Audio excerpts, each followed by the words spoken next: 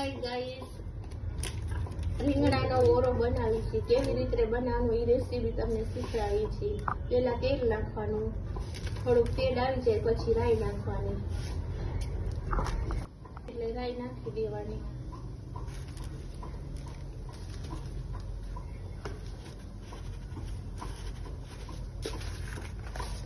પછી હિંગ નાખવાની, તેલ આવી જાય એટલે લીમડો નાખી દેવાનો, પછી ડુંગળી નાખી દેવાની, અને પછી 2 સેકન્ડ પાકવા દેવાનું. હવે મરચાં નાખી દેવાના, પછી ટમેટા. હવે એને 2-3 સેકન્ડ પાકવા દેવાનું. ઘરના વાટેલા, તમારે મિક્સરમાં કરવા હોય તો કઈ વાંધો નહીં. હળદર નાખી દેવાની.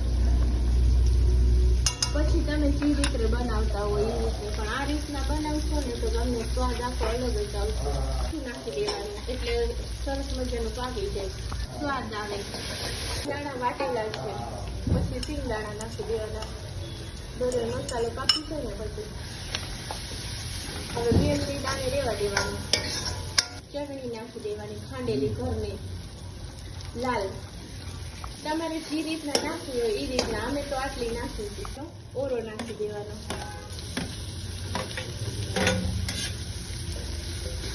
અને આ હે ચૂલામાં બટાકા અને રીંગણા છે. ચૂલામાં રીંગણા છે બટામાં શેકેલા, એટલે સરસ મીઠું શાક થાય. અને તમે ગેસમાં શેકી શકવા હોય તો શેકી શકો છો.